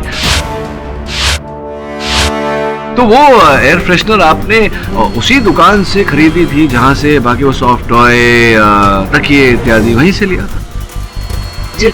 तो उस एयर फ्रेशनर में आपने बेस्टोसाइड नामक जहर कहां से डाला? ऐसा कुछ भी नहीं है, कोई जहर वहर नहीं था उसमें। जहर था।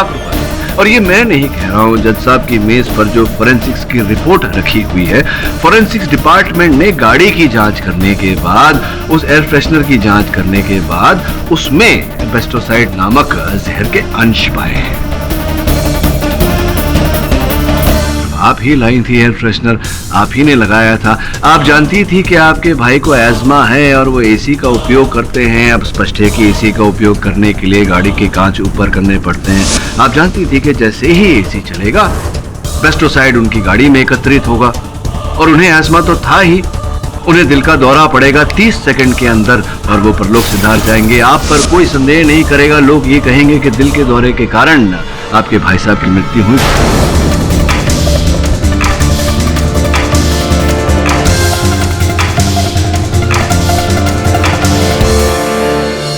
किंतु आप भूल गई कि दुर्घटना के बाद मृत शरीर का पोस्टमार्टम किया जाता है और जहर पाया जाएगा उनके मृत शरीर में, जिसके कारण हम सब यहाँ अदालत में एकत्रित हुए हैं। बड़ी चतुराई से आपने ये षड्यंत्र रचा, सफल भी।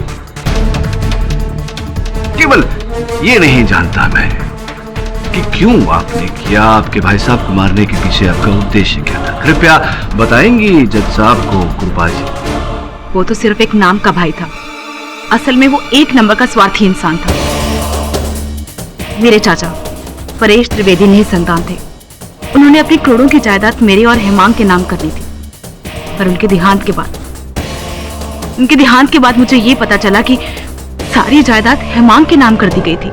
देखो बेटा, अगर आज मैं तुम्हें ये सारी बात नहीं बताऊं तो ये ठीक नहीं होगा। दरअसल जैसा तुम सोचती हो वो पूरा सच नहीं है। ये ठीक है कि परेश ने हेमंत के नाम प्रॉपर्टी की, लेकिन बेटा पहले वो तुम दोनों को आधा आधा देना चाहते थे। पर क्या? बोलिए ना। बेटा हेमंत हर 15 दिन पे गुजरात जाता था परेश के घर, और वहाँ उसने उसको न जाने क्या पढ़ाया कि उसने अपने मरने से कुछ दिन पहले मुझे बुलाया और नया विल बनाने के लिए। उसी दिन मैंने ठान लिया कि इसे मैं जान से मार दूंगी।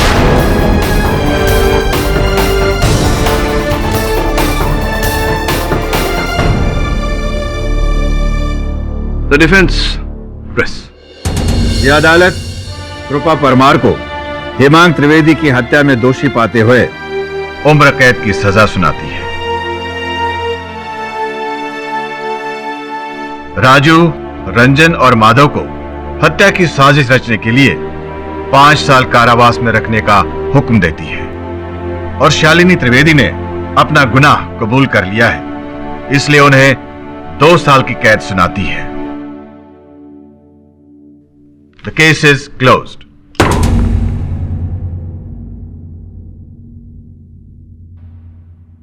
देसाई साहब जी, आपके घर का पता जरा मुझे एसएमएस कर दीजिएगा।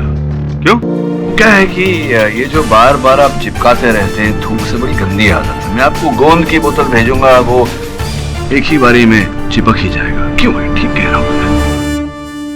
इस तरह के और भी एपिसोड देखने के लिए हमारे चैनल को सब्सक्राइब करें और बेल आइकन दबाना ना भूलें।